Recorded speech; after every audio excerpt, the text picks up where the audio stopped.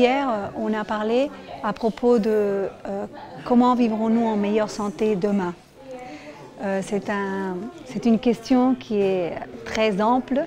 Il y a beaucoup de choses qui peuvent être dites, mais on a surtout parlé d'une nouvelle théorie qu'il y a en ce moment qui s'appelle l'épigénétique. Elle n'est pas tellement nouvelle, mais elle prend beaucoup de force maintenant. Et ce qu'on appelle aussi la programmation fœtale.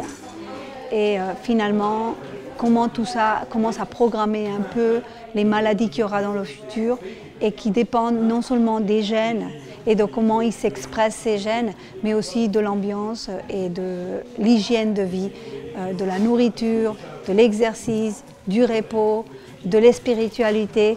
Et tout ça, il y a une interférence dans la façon dont les gènes vont s'exprimer qui sera non simplement pour cette génération, mais aussi pour les générations futures. Parce que l'épigénétique, c'est surtout ça. C'est comment on transfère la façon dont les gènes vont s'exprimer aux futures générations parce qu'on fait nous-mêmes aujourd'hui. Donc il y a une grande responsabilité, non pas simplement pour nous, mais aussi pour les futures générations. Ça remet en question beaucoup de choses parce que ça programme un peu les maladies du futur.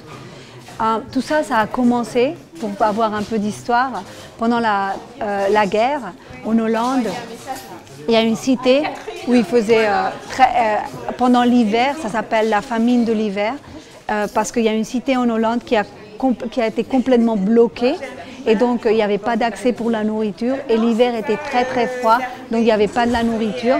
Et quelqu'un, David Barker, qui habite en Southampton, en Angleterre, a décidé de suivre les enfants qui sont, dont leur mère était en grossesse pendant ce moment-là. Et donc, 50 ans après, il commence à voir ce qui se passe avec ses enfants et il lance des théories qui ont de plus en plus de force et qui sont de plus en plus prouvées que c'est vrai.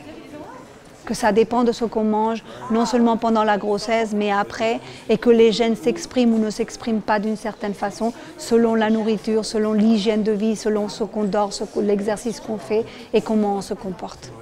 Cette programmation peut être changée, elle n'est pas définitive. Il y a cette programmation, donc on a un peu plus de risques quand on est programmé, mais on peut l'équilibrer avec une meilleure façon de vivre. Donc en fait, je pense qu'il y a beaucoup d'espoir et que ça va absolument de la main avec tout ce qu'on fait en ce moment pour sauver la planète. Parce que ce n'est pas simplement la planète qui souffre, on le voit aussi dans les maladies. Il faut absolument mieux manger, mieux s'occuper de la nature, mieux se reposer. Les spiritualités qu'on perd avec tous les biens matériels, ça donne aussi beaucoup d'angoisse et d'autres choses qui se reflètent dans les maladies. Donc je pense qu'en étant conscient de tous ces changements, il y a un grand espoir pour que ça aille mieux.